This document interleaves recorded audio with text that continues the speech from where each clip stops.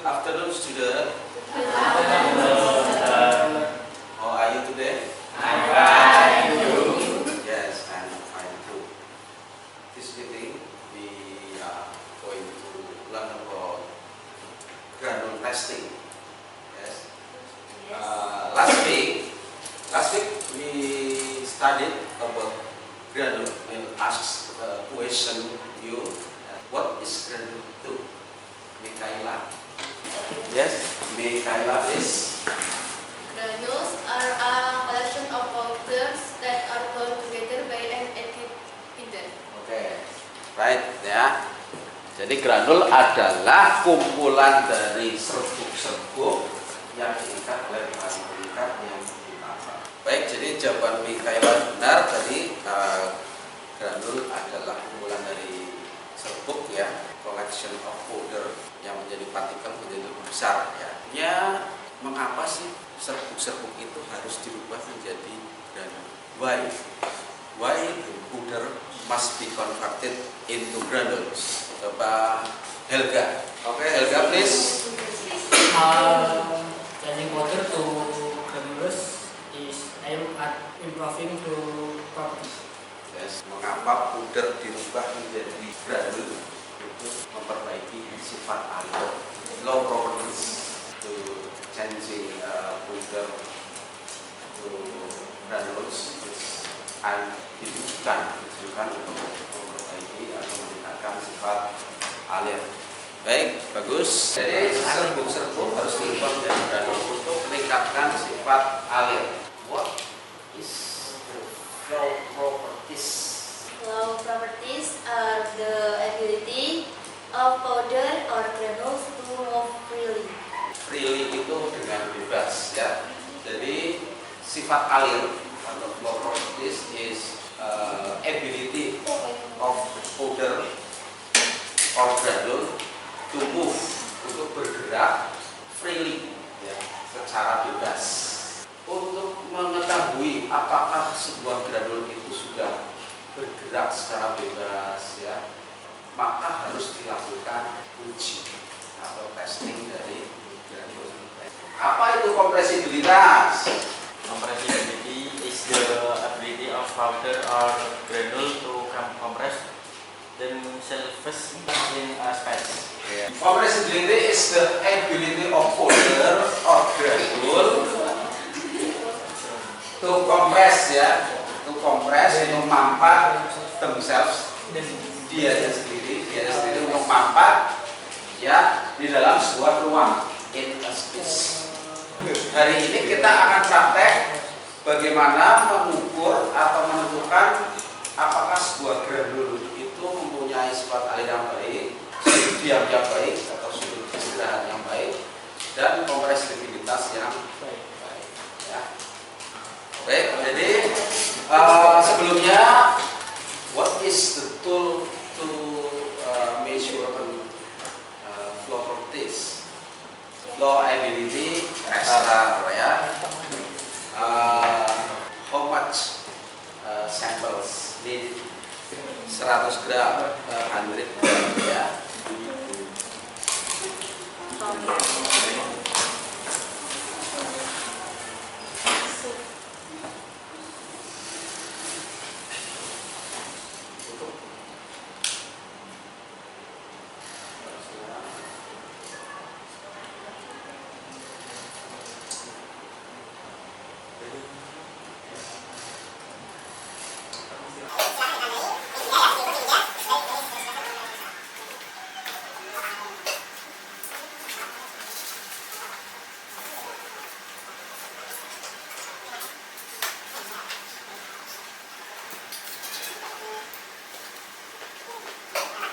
Kita tulis sini. Tadi waktunya berapa?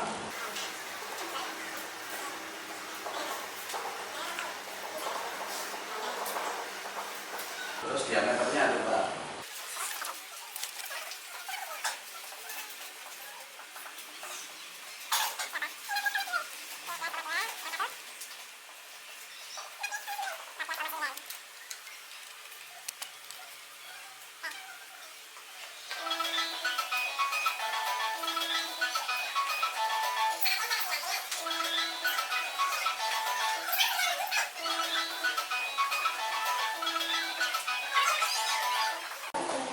Coba dihitung sekalian, V-nya berapa? Sifat alirnya berapa?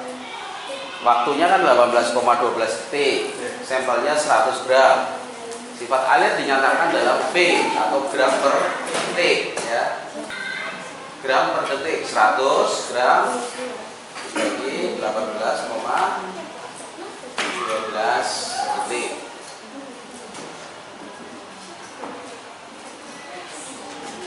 Ya. Sudut diamnya bisa nggak? Iya. Baik, untuk sudut diam ya, untuk sudut diamnya seperti yang kemarin sudah dijelaskan, kita sudah dapatkan data diameter dan tinggi ya. Sudut diam itu adalah sudut yang dibentuk ya, sisi miring dan alas dari kerucut yang terbentuk karena jatuhnya granul ya. Jadi ini adalah sudut diam.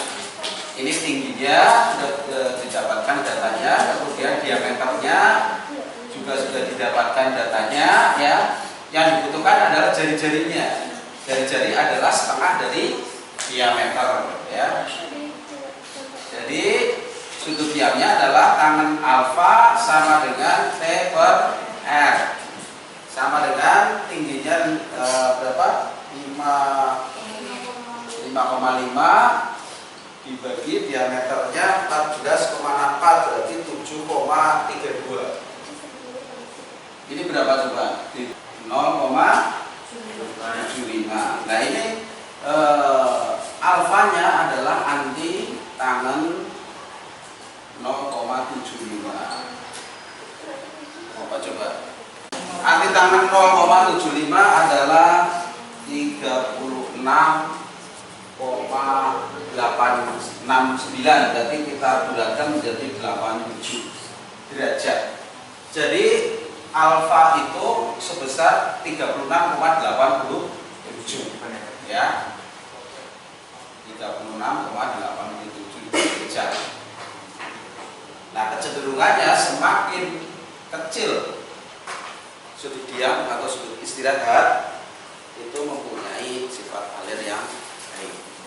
Baik, jadi kita sudah bisa praktek mengukur sifat alir dan sudut diam ya, dilakukan dengan alat yang sama. Yang ketiga adalah kompresibilitas. Kompresibilitas itu kita hanya cukup membutuhkan gelas ukur 100 ml ya. Bagaimana kita mengukur kompresibilitas dari sebuah granul atau serbuk? Kita isikan granul atau serbuk ke dalam gelas ukur tanpa kita tekan-tekan, tanpa kita goyang-goyang, tanpa kita ketuk-ketuk ya, sampai 100 ml.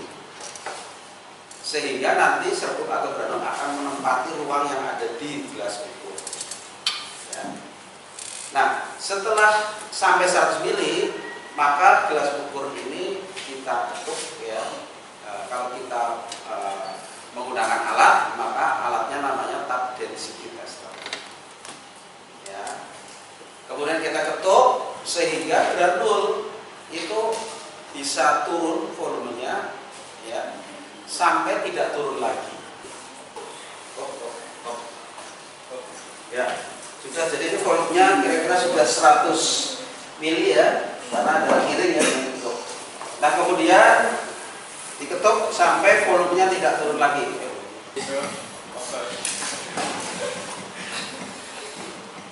Nah, coba kamu sebutkan berapa volumenya? 80,2. Jadi tadinya 100 mili, kemudian turun menjadi 80,2. Kira-kira 20 mili ya. Sehingga memang bisa dikatakan granul ini termasuk yang kompresibilitasnya jelek. Karena apa? Dia tidak mampu memampatkan dirinya dalam sebuah ruangan ya. Kalau kompresibilitasnya baik, ketika dituang dia akan cepat memampatkan diri, sehingga ketika diketuk dia tidak akan turun terlalu banyak ya. Jadi itu prinsipnya. Cara menghitungnya, kompresibilitas itu adalah bobot jenis ketuk dikurangi bobot jenis ruang dibagi bobot jenis ketuk dikali 100%. Operation ya, education, innovation. Berarti sudah jelas semua ya. Bagaimana menentukan sifat alil, menentukan suku dia atau suku istirahat, dan menentukan kompresivitas. Ya, time is up. Habis. Thank you for attention. Next week we will learn about pustaka atau referensi granul yang baik itu yang seperti apa. Karena kita hari ini baru bisa mengukur, baru bisa menentukan, tetapi belum bisa menyimpulkan apakah granul ini baik atau tidak. Jangan lupa kerjakan ya soal yang nanti akan saya share di HP kalian. Oke. Before, thank you.